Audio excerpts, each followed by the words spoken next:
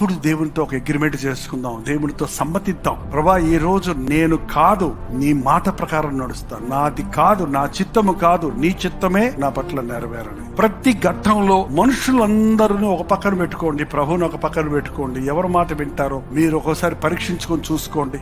ఈ లోకమంతా నుండి ఛేదరించినా పర్వాలేదు కానీ నా ప్రభువుకు నేను నమ్మకస్తుడిగా ఉంటానన్నాడు అలాంటి మిషనరీలు. అందుకనే వారి ద్వారా గొప్ప కార్యాలు జరిగించబడ్డాయి. ఈ రోజు నుంచి మొదటి స్థానం దేవునికి ఇవ్వండి.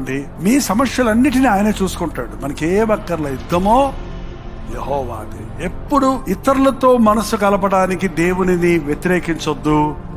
అవసరమైతే మన సొంతింటి వారు కూడా వ్యతిరేకించిన దేవుని మనస్సును విడిచిపెట్టవద్దు. ఆయనతో నడుస్తూ సాగుతున్నప్పుడు నిన్ను దేవుడు నీవు పోగొట్టుకున్నవన్నీ నీకు ఇస్తాడు, నీకు సురక్షతనిస్తాడు, నిన్ను కాపాడుతాడు, నిన్ను నడిపిస్తాడు.